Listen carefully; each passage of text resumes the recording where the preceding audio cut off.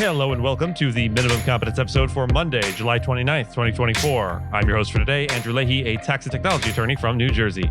On today's episode, we cover Biden's Supreme Court reforms, DOJ's defense of the TikTok crackdown, GSK's Zantac lawsuit settlement, and Maryland's new law to prevent gift card fraud. Let's remember, the best way out is always through, and read today's legal news. On this day in legal history, July 29th, 1958, President Dwight D. Eisenhower signed the National Aeronautics and Space Act, officially establishing the National Aeronautics and Space Administration, or NASA. This landmark legislation was a response to the Soviet Union's launch of Sputnik in 1957, which marked the beginning of the space race. The act represented a significant shift in U.S. priorities, emphasizing the importance of space exploration for national security, scientific advancement, and international prestige. NASA was charged with the responsibility of conducting civilian space research and development, distinguishing it from military operations in space. The creation of NASA consolidated several existing organizations, including the National Advisory Committee for Aeronautics, or NACA, into a single entity focused on space exploration. This integration aimed to foster innovation and streamline efforts in advancing aerospace technology.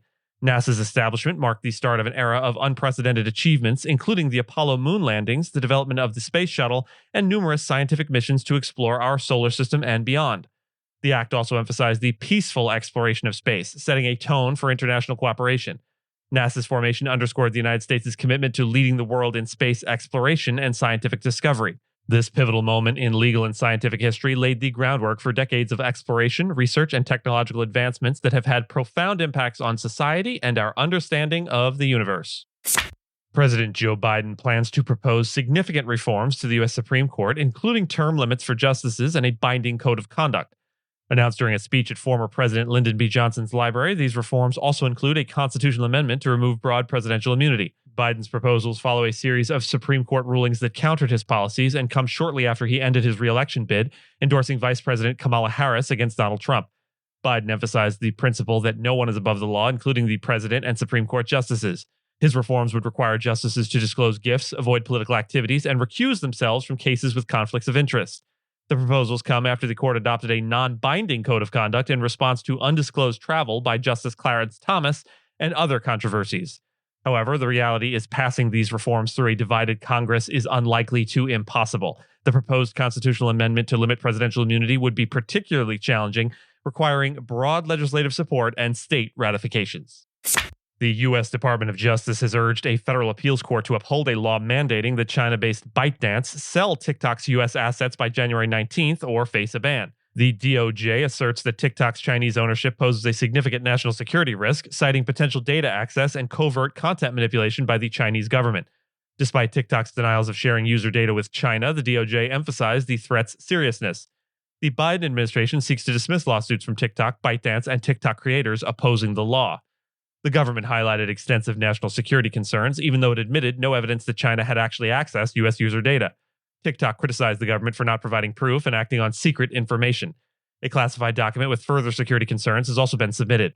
ByteDance's source code, comprising 2 billion lines, is deemed too extensive for a thorough review. The law, signed by President Biden, aims to end Chinese ownership of TikTok on national security grounds without banning the app outright. The DOJ dismissed TikTok's First Amendment claims, noting other social media alternatives. TikTok's proposed $2 billion data protection plan was considered insufficient by the DOJ. The legal challenge's oral arguments are set for September 16th, just weeks before the presidential election. British drug maker GSK has confidentially settled a lawsuit in Illinois claiming its discontinued heartburn drug Zantac caused cancer. Zantac, first approved in 1983 and once the world's best-selling medicine, faced scrutiny after the FDA requested its market withdrawal in 2020.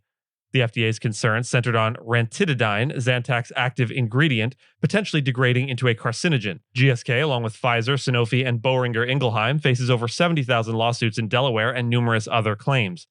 Despite the settlement, GSK did not admit liability and plans to defend itself in remaining cases. Following the settlement news, GSK's shares rose by 0.8%. Maryland has enacted the Gift Card Scams Prevention Act of 2024, the nation's first law to protect against gift card fraud, specifically card draining. Card draining involves criminals stealing gift cards from stores, capturing their numeric codes, and then replacing them for unsuspecting customers to purchase. When loaded with money, these cards allow thieves to steal the balance online.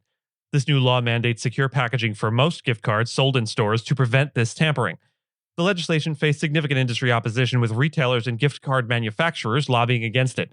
Despite this, the law requires both open loop, that's Visa and MasterCard, and closed loop, like Target and Applebee's cards, to have secure packaging that shows signs of tampering. The bill's passage marks a significant step in addressing the surge in gift card fraud that escalated during the pandemic. Maryland's law is expected to have a national impact, as companies typically prefer to use uniform packaging across all states. This could lead to widespread adoption of more secure packaging practices. The law goes into effect next June, giving companies a year to comply. The hope is that this measure will significantly reduce the incidence of gift card fraud, benefiting consumers nationwide. And with that, I thank you so much for listening to Minimum Competence, your daily news podcast for lawyers. If you're looking for more than Minimum Competence, links to further reading on all the topics touched on today are in the show notes. And reviews go a long way towards helping new listeners to find our show. If you have a moment, leave a rating or review on your podcast player. We'd appreciate it. And if you know someone that might be interested in a story we cover, consider sending them the episode. But remember, nothing here should be construed as legal advice, because it is certainly not that. Minimum Competence is available at minimumcomp.com and wherever you get your finely crafted podcasts. If you haven't checked out the website in a while, give it a look. There are complete transcripts and resources for each episode and its corresponding segments, as well as an opportunity to receive new episodes in email, newsletter, form. We'll see you back here tomorrow, and until then, remember, happiness makes up in height for what it lacks in length.